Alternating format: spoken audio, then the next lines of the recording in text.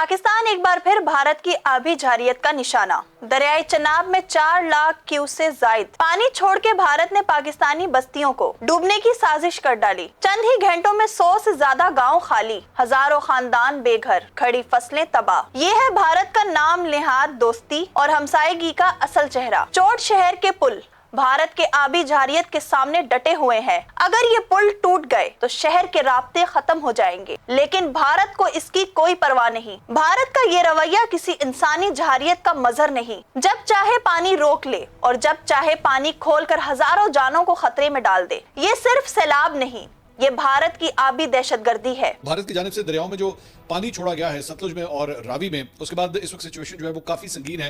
खास तौर पे आज की रात जो है वो बहुत ज्यादा जरूरी है और बहुत आम है। बड़े बड़े शहरों के हवाले से, लाहौर शहर के हवाले से भी आज की रात जो है वो बहुत इंपॉर्टेंट है।